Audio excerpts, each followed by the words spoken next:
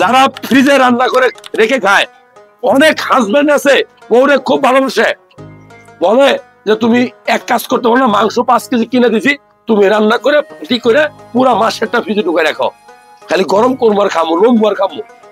এরকম আছে না? এটা হাজবেন্ড বেশি বলে না, এটা ওয়াইফরাই করে। কেন করে? কাজের সুবিধার্থে।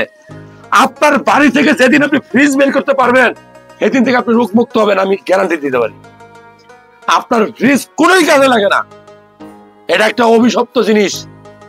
এখন কাজের সুবিধার্থে আমরা 2 দিন মাছ রেখে দেই, একদিন মাছ রেখে দেই, একদিন শাক কেটে কুটে ফ্রিজের মধ্যে রাখি।